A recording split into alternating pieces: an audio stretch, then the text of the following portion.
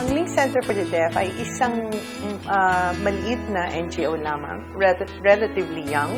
We just turned 11 last April 1. At ito'y ginagawang operational ng 8 katao lamang.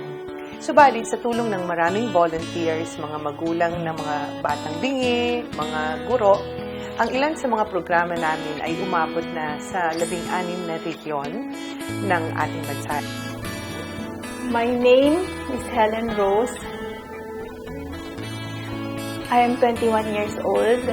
I came to know about Link through my teacher, Alrea.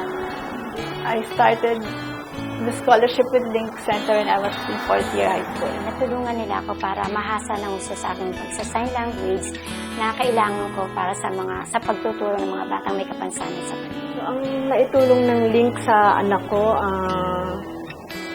nabigyan siya ng mga school supply, sa transportation, sa ibang seminar training, orientation sa mga kailangan nila. Pati rin sa akin, nakatulong din sila na nabigyan din ako ng kaalaman. Sa ngayon, meron na kaming 803 public school teachers na nakatanggap ng training namin na nagsimula noong 2008. At a conservative estimate is more than 1,500 deaf children na natulungan namin madala sa iba't ibang public schools sa buong bansa.